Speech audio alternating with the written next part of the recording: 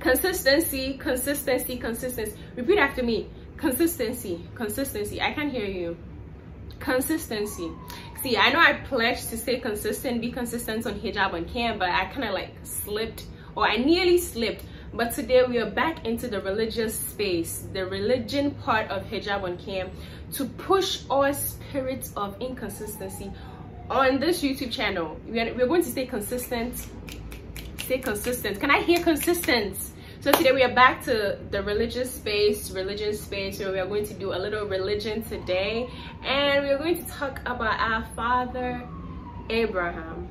So let's get right into the video.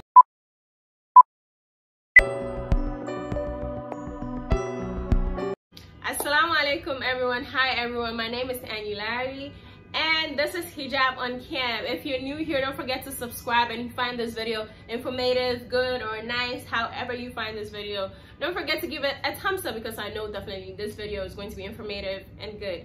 So like I said, today we are going to be talking about Father Abraham, or Prophet Abraham, or in Islam, Nabi Ibrahim. And anytime we talk about him, there's also a festival that comes with it, or I would say Eid comes with it. So whenever you mention Father Abraham or Prophet Ibrahim, you mention Eid Adha. So we're using the format that I used in my Ramadan in Quarantine video. If you remember my Ramadan in Quarantine video, if you're new here, you haven't seen it, definitely see it. I'm going to put the link up here so you watch my Ramadan in Quarantine video, which is also very informative.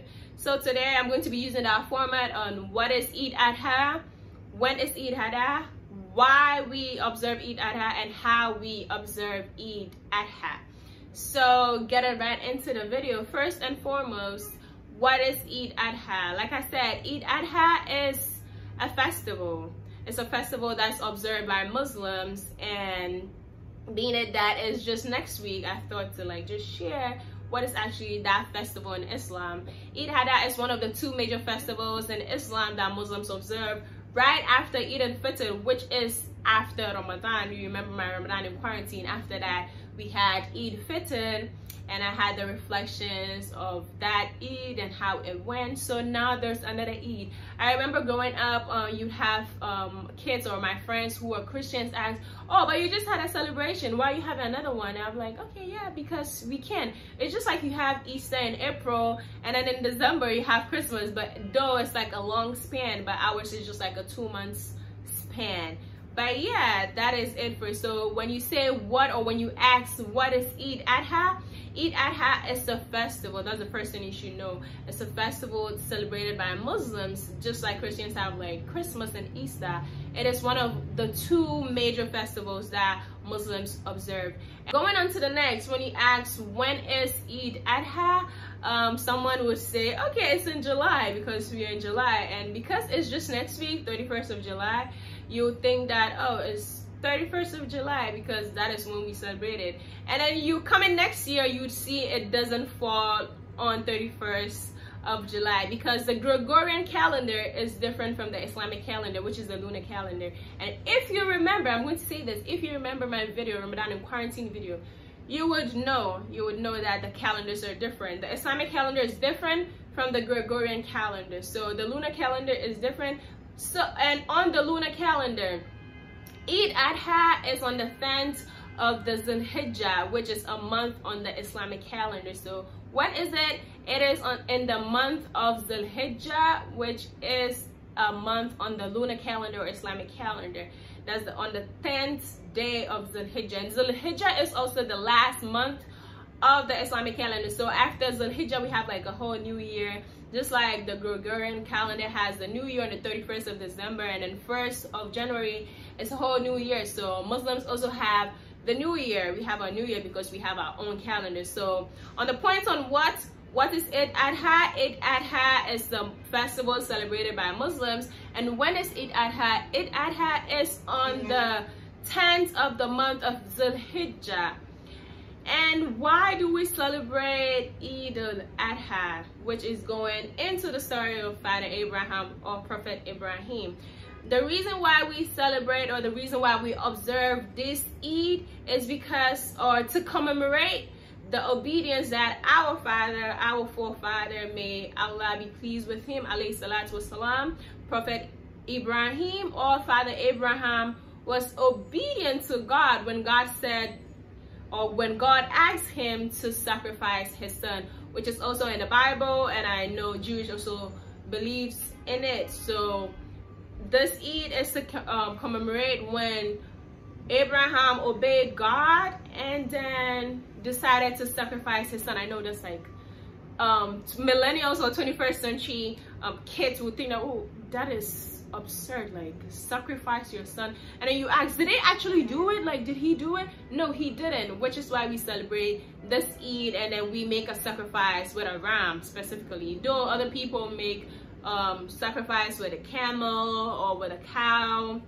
But the best of all sacrifices is sacrificing a lamb, because instead of sacrificing his son, Abraham sacrificing his son, God brought him a lamb. God in his own power and his might decided. So I would say it was a test, just like this coronavirus we've been going through and fighting. That's like, I feel like it's a dangerous thing, but we don't know where it's from. It's absurd, like it just came out of nowhere. There's like a test from Allah, but so may Allah make it easy on us. And yeah, so that is why we observe this festival. It's to commemorate when Abraham, or Prophet Ibrahim, was very, very obedient. He was like obedient. He did, today we would call him like a soldier, because he was like obey before complain. He did not even argue with Allah. He did not argue with God that, why do you want me to sacrifice my son? Like, this is my son. And then knowing Abraham's story, you know how much that son meant to him.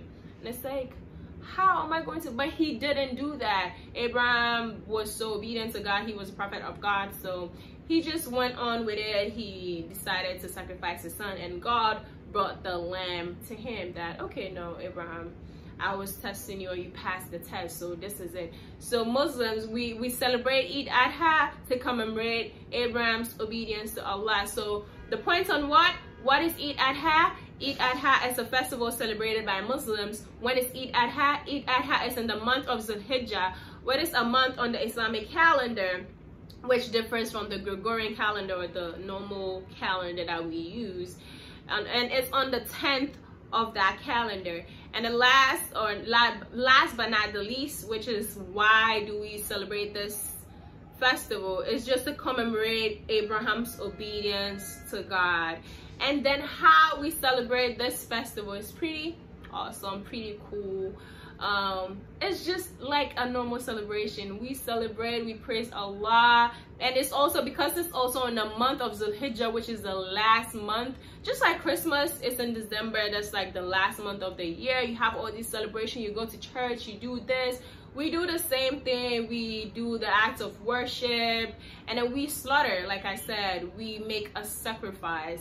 And this sacrifice is divided into 3 portions. One which is shared amongst the poor and the needy, one which is shared amongst your relatives, your family, and one which is shared with the friends, neighbors. So in 3 portions, which is why I remember growing up in Africa, being it that we had Christians. Most of our neighbors were like Christians, and then when we slaughter, we would give them the meat, and so they were always looking forward to that Eid. And then before that Eid comes, or before Eid Adha, it's like, oh, where's my meat? Where's my meat? Remember, I don't forget my meat though. Remember, I don't forget. And it was so nice to be like, it made you feel like the, oh God, the idea, like, okay, yeah, you're giving me. So that's like the food. That's how we observe Eid Adha, and that's points on all. But then going on to the end, I know someone will be asking, so how is Abraham entangled? Yeah, entangled in all these celebration and all of that. And so I'm going to give this little story by Abraham. I just wanted to give like the similarities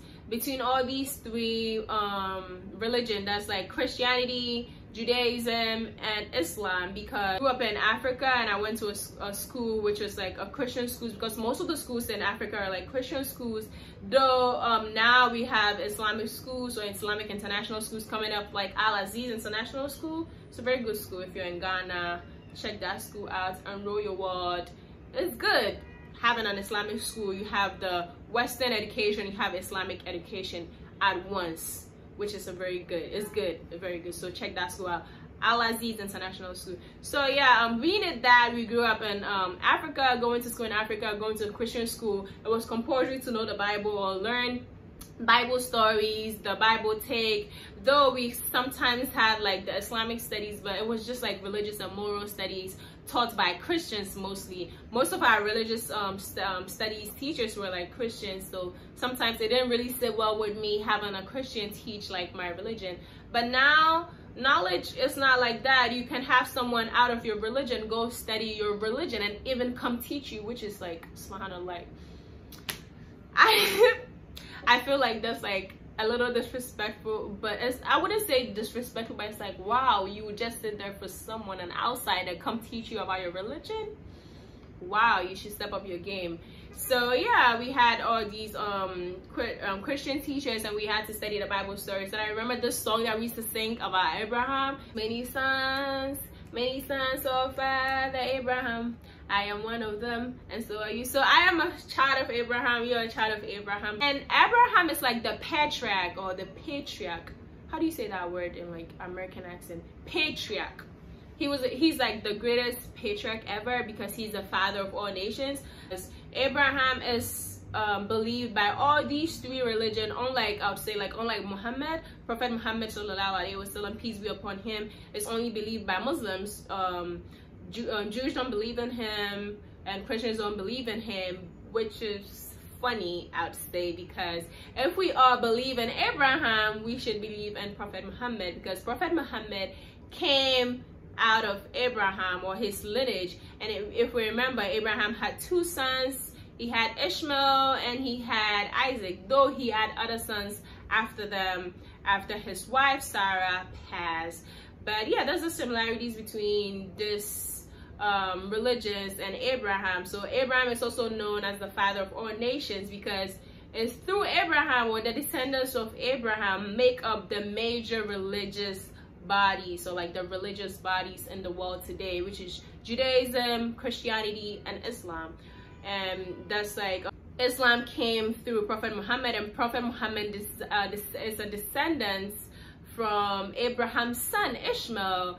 And then we have Jesus, and then Judaism coming from Abraham's other son Isaac. So we have Ishmael bringing us Islam and Prophet Muhammad on this side, and then we have Isaac bringing us Judaism, and then started with Judaism and then Christianity. So I don't know if I'm making sense, but I think I'll start doing like a book of Bible stories and then have like comparison or similarities and also differences between these religions, or like where these religions agree with each other and where these religions kind of like differentiate from each other. So that is a little story I wanted to have about Abraham. And even though Islam is like the most youngest amongst these three religions, we celebrate Abraham more, we acknowledge Abraham more. And even Judaism also acknowledge Abraham. I'd say Judaism actually revolves around Abraham and Moses, but I don't know why they don't celebrate him like Muslims do, because we have HAJJ, which celebrates him. That's like the most populated gathering ever in the world, I would say. Every year Muslims go to a place, you see a place, and people ask me growing up, I have my friends ask my Christian friends, so where do you guys go with that square box? It's not a box, that is a holy place, and we call it the Kaaba. And that was built, originally it dates back to Abraham's days, over 1,000 years, and like as prophets came and go, they renovated it, and then that was built by Abraham and his son Ishmael. But it's quite unfortunate that this year there's no Hajj this year because of the pandemic we are in. May Allah make it easy on us, and Insha Allah, may those who thought they were going to Hajj this year, that they thought, oh, it didn't work out because of coronavirus, may Allah replenish their blessings and then bless their Niyat, because they have no hand in the reason why they're not going to Hajj, even though they had the Niyat. So may Allah bless them for the Niyats that they made. That's like the intention. And may Allah make it easy on us. May Allah make us see the 10th of Zul Hijjah, and may we be blessed. May we have the blessings of it. And if you want to meet DM me. Or if you want to meet, subscribe to my YouTube channel, because we'll be slaughtering, we'll be making sacrifices, and may Allah accept all our sacrifices.